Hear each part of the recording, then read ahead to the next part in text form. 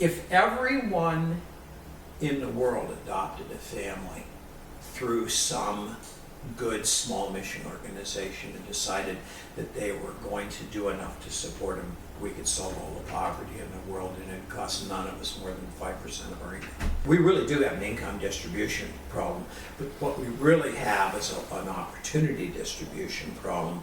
And what I do is I redistribute opportunity. I go create opportunity by creating work. I have 115 employees in Haiti now. And that's what you need. People don't want to hand out. You know, they want work. As a responsible person with growing concerns for your privacy and personal liberty, you want to know where we're headed and what you can do about it. We ask the experts what you need to do to take prudent and responsible action to safeguard your family's wealth and well-being, and what basic first steps will help you to be aware and prepared. ReluctantPreppers.com. For a lot of our listeners, they've just had an inner intuitive sense that things are changing in the world around them, and that they cannot continue to just rely on the powers that be and the systems that they have in the past relied on to take care of their best interest and the wellness of their families. So that's what drew me to you, because your approach to wellness and well-being seems to put a lot of emphasis on the responsibility of the individual. What's different about the time that we're currently living in, and why is that important for people to take responsibility for their own health now? Well, I think two factors. We're definitely arriving at a point where this planet is completely overcrowded and moving around too fast. That's what Ebola is about. That's what these viruses are about. We're now carrying things around the world, and they're traveling quickly. And so first of all, we all need to be concerned that we're going to see epidemics that are much more severe. We're all concerned about Ebola now, and we should be. But the problem you run into is that people look up at preparedness and they go, it's just too much to take on. It's just a big challenge. And I tell people myself, I go, don't look at it like that. How do you eat an elephant? One bite at a time, okay? You want to sit down and decide what's my highest priorities and spend a weekend and work on that. You know, get your water. You know, go out to Gordon Foods and get some storable food, and think about the things that we talk about today, and decide what some basic medicines are that you need to manage an emergency. And congratulate yourself on having gotten that far. And then you really need to, and we can hopefully work on this, is keep coming up with deeper and deeper penetration into what is real preparation. Everybody's a little unprepared to do this. My wife, 5 years ago, she's a Pollyanna, and everything's going to be okay. And the last year's been hard for her, because I've been saying this is going to happen, that's going to happen, and it's all happened. And it's frightened her. And she's now really starting to appreciate what we have in Haiti other than just the mission. She's starting to appreciate the fact that I have done preparation for things, and now she's starting to shop. She's starting to look up and see things as a woman that I don't see as a man. And I go, oh, that's a good thing. She came home the other day and said, look at that, there's a package of 100 sewing needles. I got it for $1. Oh, one day I can barter sewing needles very easily. Right? And she's starting to see that concept of collect barterable items. You know, everybody's out there getting handguns and ammo. I'm more like Paul McCartney. I'm a lover, not a fighter. I'm not going down the stream of bullets. I'm a gladiator, you know. But I do believe that we're going to run into times when the trucking system's going to break down for a while, because things happened in our society, be it natural disasters, riots, or disruptions. And I'm going to have sewing needles, and you got a hole in your shirt, but you've got this and I need that, and we've got to create a community. And my wife is starting to appreciate that community, and I think we're starting to see a lot of people who are starting to feel it now. And any other domestic sources, resources that people should look to for supplies that have you think are excellent sources of supplies for off-grid living? Absolutely. Everyone should know about Layman's Hardware in Kidron. The Amish have been living off the grid from the beginning, okay? They are doing exactly what we will all learn to do, living in a community and being self-supportive. Go up on the web and just type in Layman's, Lehman''S hardware, and I want one of everything in the catalog. It is simply the most amazing thing in the world. They will send you a catalog, but the web is even more thorough, and they have so many neat things. But things that you need: kerosene lamps, soap making, candle making. You know, how far do you want to go down that path? How do the Amish live? We'll get there someday.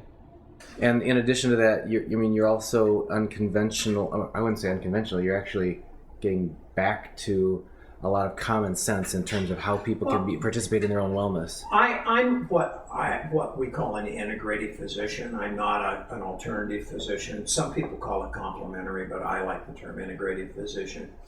An integrative physician is someone who doesn't bring an agenda. You know, traditional physicians hate herbal therapy. They they just won't do it. They hate vitamins, and boy, they're going to do drugs. Well, as I always tell people when I was working with Terry Chappell, don't ever go to Terry with a ruptured appendix, because he's going to give you an herb. Okay, alternative medicine is the same way. They're at war with the pharmaceutical industry, and they'll give you the wrong drug because it's pharmaceutical. Good medicine is, look, I got all these tools. What's the best tool? And when I get a choice, pick the safest one, start low. As Andy Weil, the famous alternative medicine doc, said, he said, if I've got gallstones, I'm going to go ahead and take Colacol and taurine and try and dissolve them. But he said, if I get hit by a cement truck, don't call my homeopath. Right. Take me to an ER. Yeah. Okay. And that's kind of where medicine's landed. And you're watching this new generation of primary care docs. Until the HMOs ruined it all, we're getting much more integrative. These guys were much more open-minded. And so the real concept is that there are two things that distinguish me. One, I don't see 7 people an hour. As you know, I spend an hour with new patients and 30 minutes in all follow-up. You can't do medicine in 4 minutes. You can't do medicine and spend all of your time pecking on an iPad doing documentation and get paid. I document only the things I need to know to do my next visit. They're just prompts to me to follow a train of thought, so I have a treatment plan and maintain adequate records. It's really the clarity of the process and recognizing that you've got to slow down, be comprehensive, and use all your tools. That's what makes me a different physician than everybody else. It really isn't a politic. Yeah. And you also carry that, though, into spheres of influence that most doctors don't. They stay in the clinical setting. You take that out into the world where people are hurting the most. Can you talk a little bit about that? Sure. Well, of course, I didn't see myself as ever being a missionary. I went with my church to Trinidad 15 years ago, and little did I know, I've been in Haiti 3 times in the current 8 weeks. And of course, that takes us all the way down to, safely home in that whole project. But if everyone in the world adopted a family through some good small mission organization and decided that they were going to do enough to support them, we could solve all the poverty in the world, and it costs none of us more than 5% of our income. We could solve all this stuff. We really do have an income distribution problem, but what we really have is an opportunity distribution problem. And what I do is I redistribute opportunity. I go create opportunity by creating work. I have 115 employees in Haiti now, and that's what you need. People don't want to hand out. They want work. The men and women I work with want a job. That's right. And they are thrilled, and they'll work harder than anybody you ever saw. And we see that. When people come from the third world, they'll take any job and they'll do it well because they just want a chance. And we're pretty spoiled. Well, in that setting, you get lots of opportunity to practice what's effective and cost-effective in a setting where there's not a lot of infrastructure support. Yeah, come down with me sometime. You can do anything you want. You can act as a doctor. The government really doesn't care that much. What they care is that I'm there supervising. What they care is that there's a global watch on the system. But if it moves the system forward, We have a optical technician running an entire optical program and putting glasses on people and doing a great job. He would never be allowed to work here. And that whole spirit of partnering and community and helping each other and relying on each other, strengthening, rather than people having a bunker mentality where they just focus on just isolation and survival of just their own family. Here, it sounds like your part of your message is that you actually do a better job of the survivability of yourself and your family by partnering, by being part of the network. The widest platform you can throw out. Absolutely. My wife always says that she would never go to Haiti without a doctor.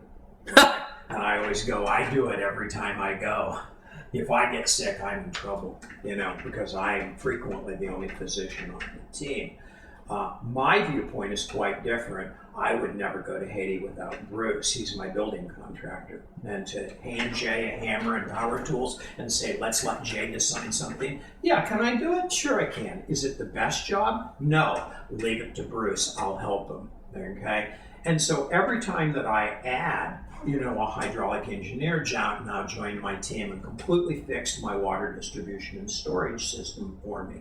And now we're taking in an agronomist who does permaculture, and he's going to show up and he's going to redesign the tilapia plans for me. And the key is to continue to find people who want to move the project down the road, want to have someplace safe to go, and bring a skill set.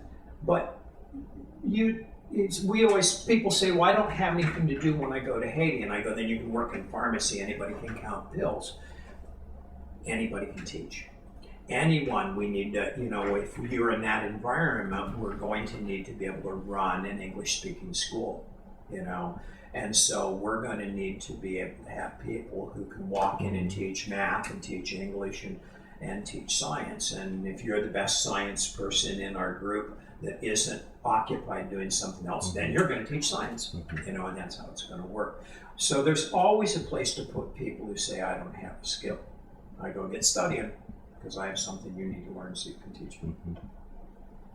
We're going to need to solve this community concept. We need this. We've always needed this because we used to have it. It's a whole bunch of people living in a cave.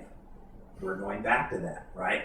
Look at how those people lived. You had a leader, you had a medicine man, okay? You had people who were good at hunting, you had people who were good at foraging, and they figured that out and they assigned jobs according to that, And we need to return to that. We need to become smaller communities that aren't picking up our milk at United Dairy Farmers. Of course, first we have to get to the point where it isn't illegal to bring raw milk across state lines. Right. etc. All of that. And of course, that takes us into politics, and I don't do politics. So, Dr. Nielsen, you've talked to us about a lot of steps that individual family members can take to prepare for medical necessities. Can you tell us a little bit more about your program in Haiti and how people can find out more about that if they want to, the Safely Home, what that consists of, what your vision is for that? Well, my vision is I would like to put together 20 to 30, maybe even more, but currently I am built for 20 to 30 families.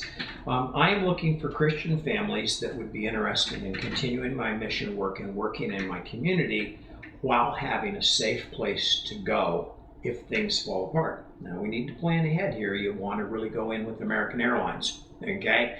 American Airlines isn't going to fly forever, okay? Do I have ways to get there if things fall apart? Yeah. I don't like them as much. I want to go in legally. I want to go in above board with using my passport. Once I get there, I want to be able to provide water, food, safety, temperature control, security, community relationships, education, productivity, and hobbies, and stay connected to the world. I got radar dish. I got 5 ham radios. Okay, and so I want to be able to create as much of a ongoing life that we expect, and not isolation while being at the end of the earth. And a lot of people go, why Haiti? And I go, no one's ever going to come there and bother me. No one cares about Haiti. There's nothing to exploit. It's all exploited out. There's nothing to steal. There's no armies will ever come and say, boy, we want your sugar cane. It's not going to happen. I am in the safest place on earth. The people are wonderful. Okay? And I'm surrounded by 2,000 friends. Okay? And so in return for a one-time $40,000 tax-deductible donation, okay, a family ends up with a place to go.